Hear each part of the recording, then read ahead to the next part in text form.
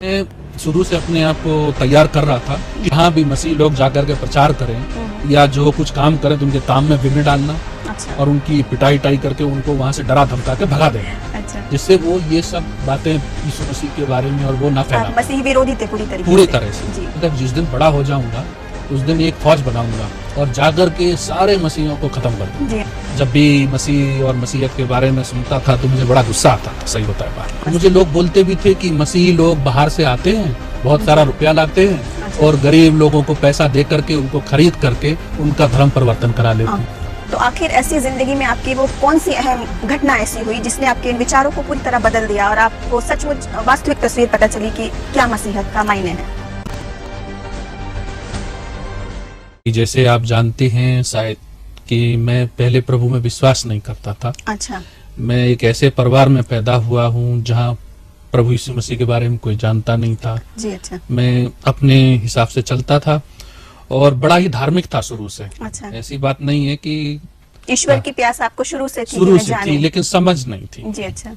तो बहुत अपना ईश्वर के प्रार्थना में पूजा पाठ में बहुत समय गुजारता था जी। ऐसे, और लेकिन मसीह के बारे में कुछ नहीं जानता, मसीहत के बारे में कुछ नहीं जानता था। जी।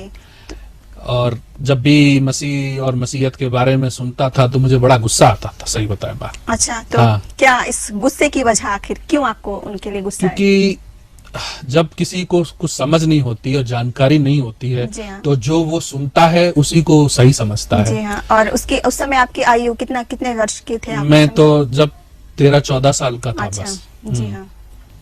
तो मैं एक्चुअली कभी कभी जब हम सब हिंदी फिल्म वगैरह सिनेमा वगैरह देखने जाते ही हैं तो हम जाते थे, जो भी उसमें विलेन होता था उसका नाम पीटर, जॉन और ये सब हुआ करते थे। तो मैं समझता था कि और वो सब कोई जुआ खेल रहा है, कोई दारू पी रहा है, कोई ये कर रहा है, वो गलत काम कर रहा है। दुनिया में एक बुरी छवि जो मसीही लोगों की दिखाई, आप उसी को एक हकीकत समझते। और मुझे लोग बोलते भी थे कि मसीही लोग बाहर से आते हैं, बहुत सारा रुपया लाते हैं। अच्छा। और गरीब लोगों को पैसा दे करके उनको खरीद करके उनका धर्म परिवर्तन करा लेते हैं। तो मेरी भी यही धारणा थी, मैं सोचता था ये बात बिल्कुल सही है। जी हाँ। तो जब छोटा था तो यही सोचता था कि जिस दिन बड़ा हो जाऊंगा उस दिन एक फौज बनाऊंगा, आर्मी जिसको बोलते हैं, और जाकर के सारे मसीहियों को खत्म कर दूंगा। जी हाँ। तो ऐसी खतरनाक छवि आपके दिल में थी मसीही लोगों के प्रति कि ये कोई विदेशी लोग हैं और हाँ, बुरे लोग हैं। हाँ, और वो बुरे कार्यों में वो लोग हैं। और क्योंकि उन्हीं की और सुनने भी बहुत सुनता था कि लोग ये करते हैं वो करते हैं, लेकिन सच्चाई ये नहीं थी।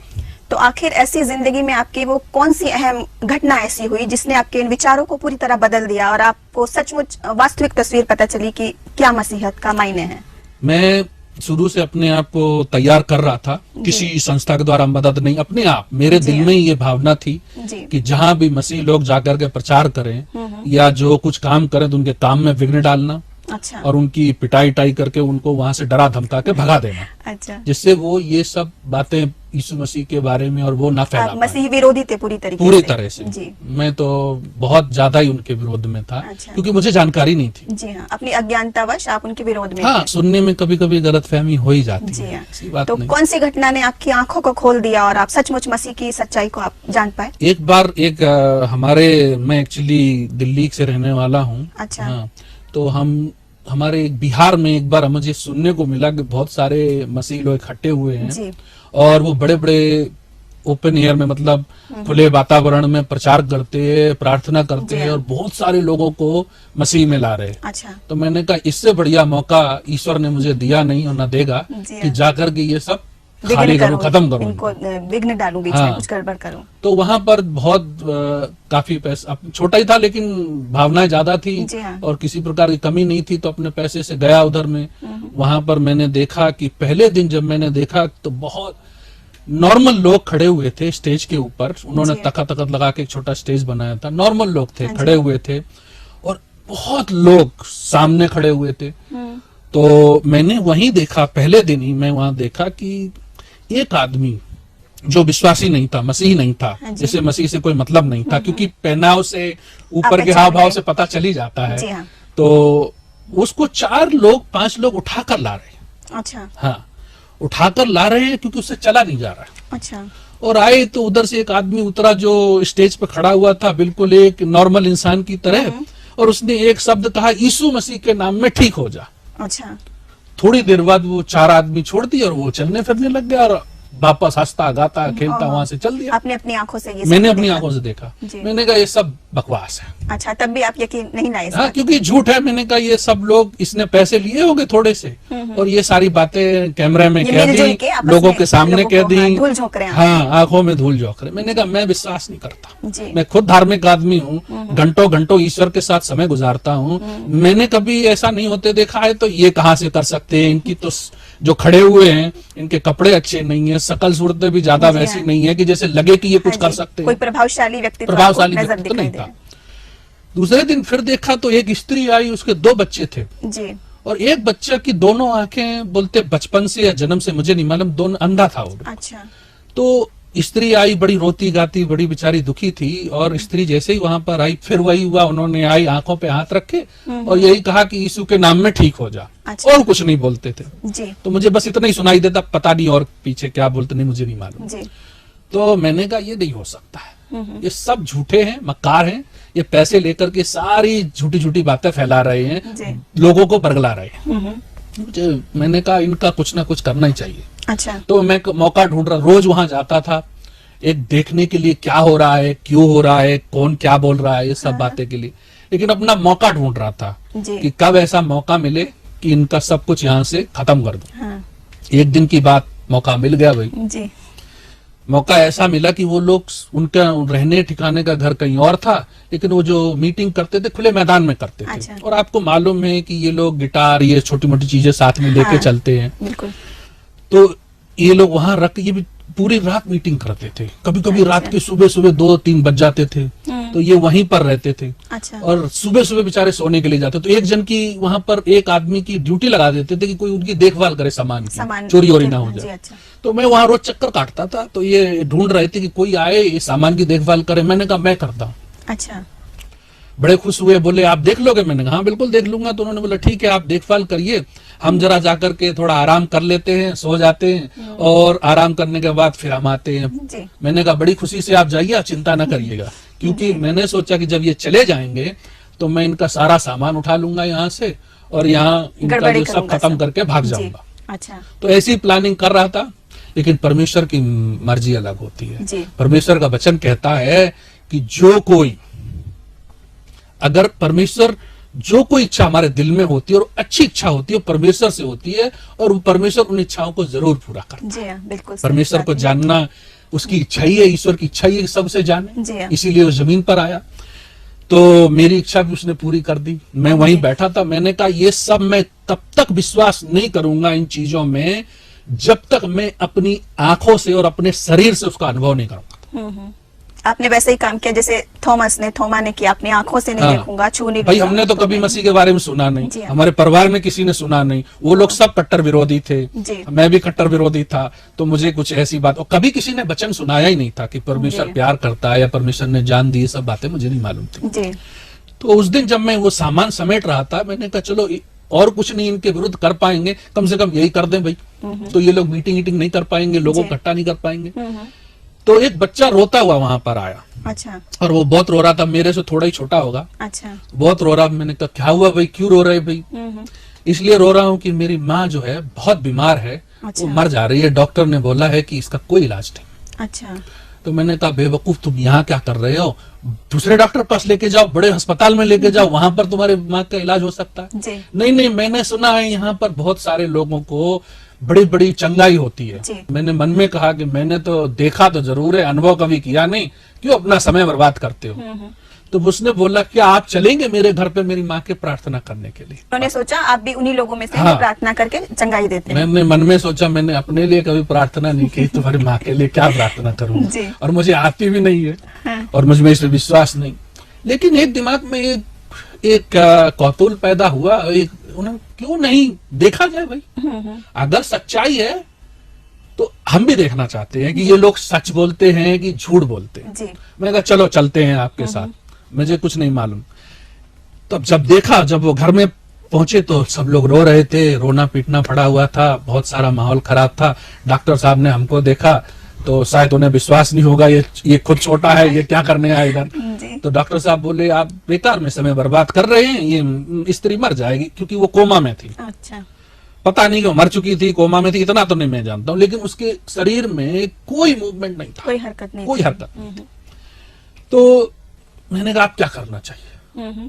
तब मेरे दिमाग में विचार आया, वही करो जो मसीह करते हैं, आंखें बंद करो। और एक जो शब्द मैंने रोज सुनता था उनके मुंह से निकलता, यीशु मसीह के नाम में ठीक हो जा। मैंने कहा कुछ हुआ तो ठीक है, और नहीं हुआ तो इनकी बदनामी जरूर होगी और इनकी लोग बुरी हालत जरूर करेंगे। तो मैंने भी आंख बंद करी और उस स्त्री के ऊपर हाथ रखा, जैसे वो लोग रोज देखता था कैसे करते हैं। मैंने भी कहा यीशु के नाम में ठीक हो जा। डर के हमारे आंख नहीं खोल पा रहा था, क्योंकि मैंने क्या हुआ मुझे तो कभी मालूम ही नहीं। लेकिन किसी ने मुझे छुआ, तो मैंने जब आंख खोल के देखा तो वो स्त्री बिल्कुल खड़ी हुई थी, बिल्कुल बिस्तर से उठकर खड़ी हो गई, और एक बात बोली, बहुत बहुत धन्यवाद मेरे लिए प्रार्थना करने के लिए। सब लोग हंसने लगे, मुझे बहुत गुस्सा आया। ये तो ठीक हो गई प्रार्थना। नहीं, गुस्सा इसलिए आया, ऐसा कैसे हो सकता है? शायद ये लोग ड्रामा कर रहे हो। अच्छा। शायद ये लोग, उस पर भी आपको शक कायम रहा कि अभी भी मैंने देखो भाई, विश्वास सत्य बताऊं बात, मैंने पहले कभी देखा नहीं था। जी हाँ। बहुत सारे लोगों को मरते देखा, बहुत सारे लोगों को तड़पते देखा, बहुतों की जिंदगी बर्बाद होते देखी, लेकिन कभी कुछ नहीं हुआ। तो मुझे तो विश्वास नहीं था। तो मैंने कहा शायद ये मुझे फंसाने के लिए ये ड्रामा कर दिया इन्होंने। कैसे हो सकता है? थोड़े समय पहले मर रही थी और सडनली फिर खड़ी हो गई, एकदम हो ही नहीं सकता जी। मैंने कहा मैं और भयंकर और ज्यादा जो काम ऐसा हो कि जो कभी हो ही नहीं सकता है, और कठिन काम चाहिए मुझे, वो देखूंगा तभी विश्वास करूंगा जी। परमेश्वर तो महान परमेश्वर है जी। वो सारी कायनात का बनाने वाला, सारी सृष्टि की रचना करने वाला, और उसने ही सारी सृष्टि में जान फूकी है। वो जानता है क्या कर सकता क्या नहीं कर, उसके लिए कुछ भी बड़ा नहीं जी। उसने मेरे मन की इच्छा सुनी। थोड़े दूर पर एक और अविश्वासी परिवार रहता था जो प्रभु यीशु मसीह के बारे में बिल्कुल नहीं जानते थे जी। वो हमारी तरह थे। अच्छा। बड़े ही अच्छे, मतलब भगवान के भक्त थे, अपनी दृष्टि में बहुत विश्वासी। हाँ।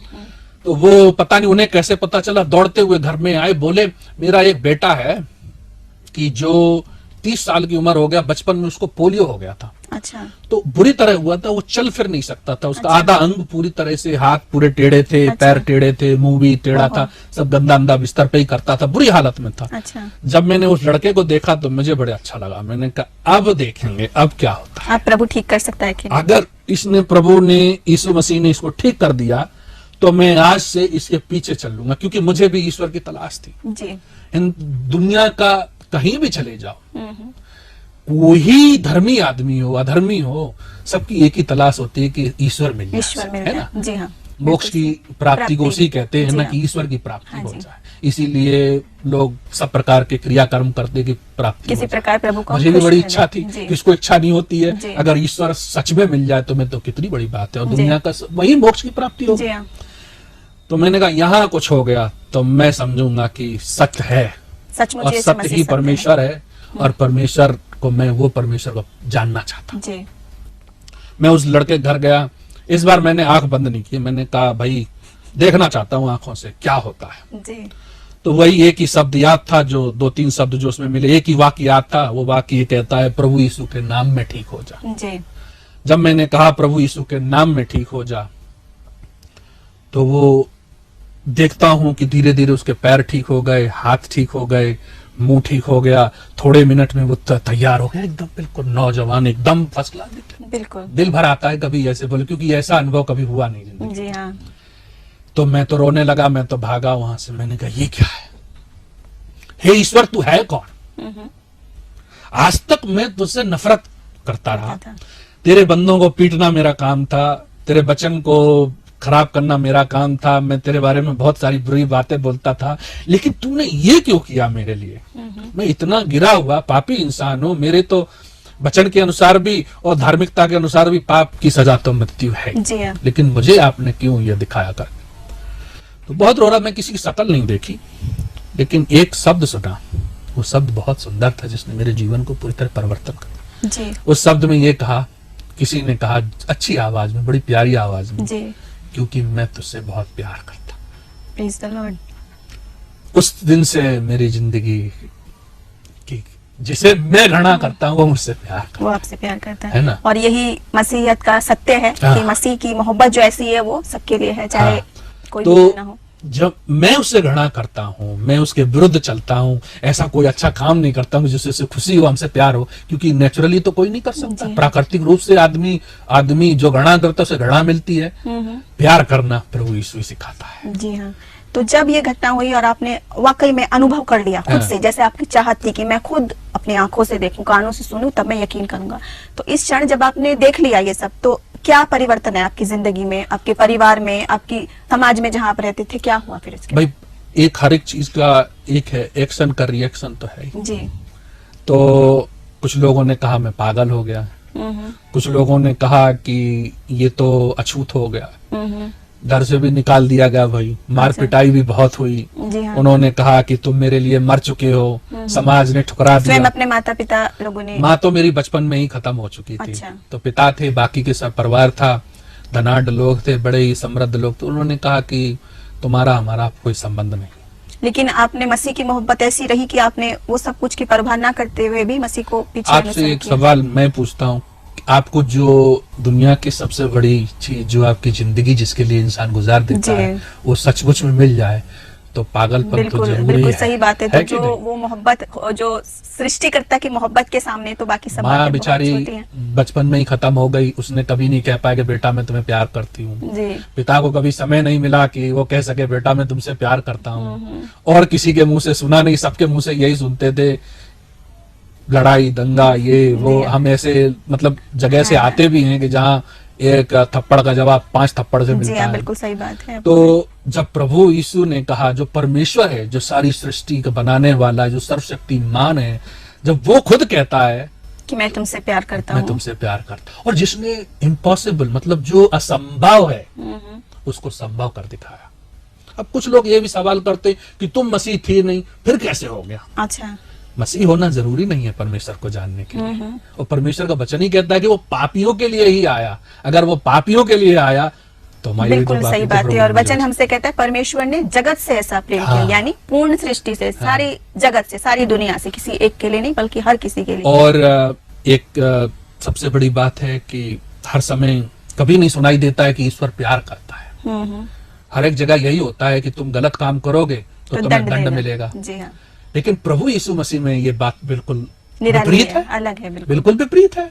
क्योंकि वो कहता है कि तुम कुछ भी करो तो भी मैं तुमसे प्यार करता हूँ। जी।